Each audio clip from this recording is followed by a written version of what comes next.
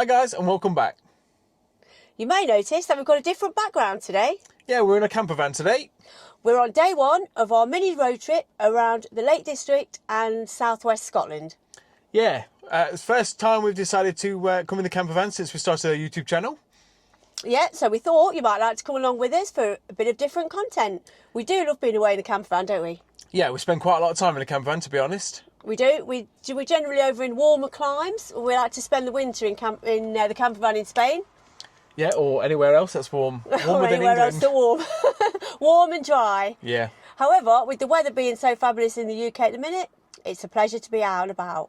Yeah, we've got a couple of weeks of this trip before we head on to our next trip, but we're going to take it slow with this one and see where we go. To start things off, and before we get into our road trip, we thought it might be nice to give you a van tour. Yeah, we've got a panel van. It's an Autotrail T-670 on the Fiat Ducato. Yeah, it's a 2-berth.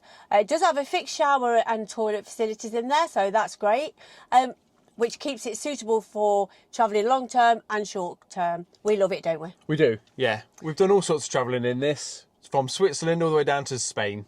Absolutely have. We've had it for about just coming up to 3 years now, and we've absolutely used it to its maximum. Our longest trip has been 3 months, Yep. which we spent the winter in Spain. Absolutely fantastic it was. We'll be doing it again next year, so hopefully we'll be able to take you along with us for that. Oh, definitely. So we've got the living area here, and you've got Tiger sat there on his travel seat. Yeah, this is a fully functioning travel seat. It's got 2 seat belts behind here, but because we only have Tiger on here, we keep it fully covered. Yep, and as you can see, we do store quite a lot of stuff under the table, which is our main storage area in the van, really. And then we've got a couple lockers above there, and we learnt a valuable lesson not to store anything too heavy in there, because it creates dents in the table, as covered by the mat there on the table, yeah. And that's what we call our tray of usefulness, all our little handy bits that we need. We do have a storage area up above the cab as well, which I know a lot of new vans miss. But yeah, we find that very useful. We used to store our bedding under there, didn't we? But you we can do store loads up there, actually. Oh yeah, we've got coats up there, gloves, hats, all sorts. We do leave our bed made up now, so we don't need to store bedding anywhere, which is a bonus to us, to be honest. So this is the kitchen area now. So we've got a nice big sink actually in this one compared to some of the other vans that we looked at. Yeah, it's just a glass lid on there, nice and deep, and your tap just swings round. Yep, and then we've got a nice cupboard underneath, a full big cupboard that is, so Yep, we can fit everything in there. And it has a handy cutlery tray. Yeah, can fit pretty much everything we need in there. We've got all the plates, a couple pans and mugs and things in there, and also the kettle, which is handy. Yep, it has an extra flap on. Yeah. So you can lift that up to give you some extra preparation space. Yeah, more than enough. I mean, because the table swings out as well, when we've got that out and the it's additional flap, an L-shaped kitchen. Yeah, it's really spacious, to be honest. And then we've got the 3-burner hob on top of the oven, which I know a lot of the Continental vans lack the oven, but to be honest, we don't use it an awful lot. And we do have to put a drainer in there just to stop it from rattling. The dreaded rattle. And then we do have a cupboard up above, which we just use to store things like the washing up liquid and things like that. Yeah, nothing too heavy because we don't want it falling out. And breaking the glass. Breaking the glass, yeah. Exactly. We learnt a lesson from the table. Yeah, we certainly did, yeah. And up above here, we've then got the panels for the Trumar, a couple of light switches, and then we've got the Autotrail panel, which controls a few things like the pump, the lights, and the awning light as well. And then we've got over here, we've got the bathroom. So Sarah's opening the door for me there. We've got a nice shower in there with a delute, and then on the other side we've got the mirror, which open up for a cabinet. And then we've got the drop-down sink as well. We've got some shelves at the bottom, but to be fair, we don't find them very useful, so we don't really use them. So then above the fridge, we've got the wardrobe. So we have the wardrobe here. Now it is a hanging wardrobe, but to be honest, we use packing cubes instead. and store additional things. Yeah, we feel you get much more use out of the space with the packing cube. Oh, definitely, yeah, 100%. And then we've got the little 3-way fridge down at the bottom, which is a little, is it a Thetford? I believe it's a Thetford. Dometic, I think it's one of the two. But it's a handy little fridge. It runs on both gas and electric, and then also on battery, but only when you're driving. Yep. But we can fit loads in there, can't we? Yeah, we can. Yeah, we could fit, you know, a good 3 or 4 days worth of food in there easy, can't we? Absolutely. Yeah. I mean, it did have a freezer compartment, but we removed the freezer compartment to give us more fridge space, and then the extra panel at the back makes the fridge extra cold. Yeah, yeah.